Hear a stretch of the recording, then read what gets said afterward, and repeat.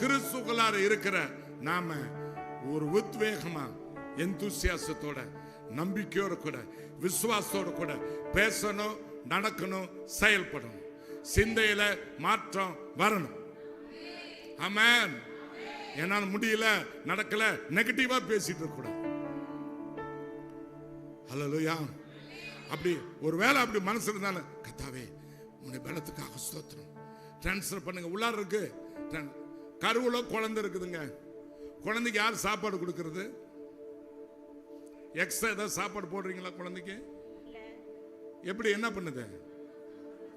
நீங்க சாப்பிடுறது உங்களுக்கு தானாவே உங்களை கேட்காதவே அது எடுத்துக்குது.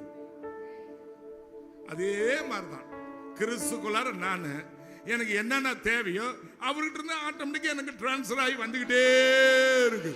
பலன் வேண்டுமா வருது, ஆசீர்வாதம் வேணுமா வந்துகிட்டே இருக்கு, பணம் வேணுமா, சுகம் வேணுமா, தானா அவருக்குள்ளார இருக்கிறது எனக்கு வந்துருது. ஹல்லேலூயா.